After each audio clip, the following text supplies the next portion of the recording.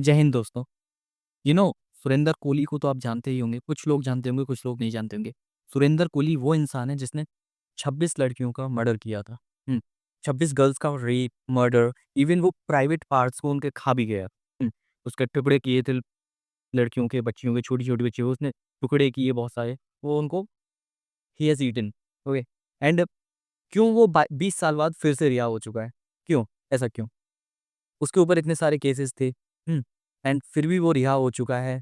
Surendra Kohli is the person. आपको मैं photo दिखाऊँगा, मेरी स्क्रीन पे आएगा उसका photo. And he was the particular person जो अभी फ्री हो चुका है, सुरेंद्र कोहली। हुँ। Sector 36 is a movie.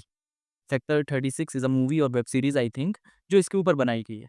Means we are creating this kind of movies, web series on those people those who are doing wrong things. But the person who is actually doing something good for the country, for the society, there is no value of that person in our country. And Sector 36 is completely dependent, based on him, Surendra Kohli. Not only this, he was from Noida, right?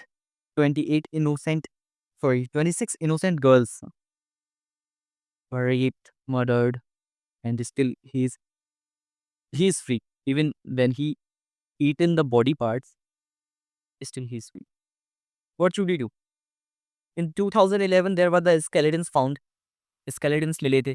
Even court ने उन्हें sentence of death दे दिया था। Sentence of death, मृत्यु घोषित कर दी गई थी।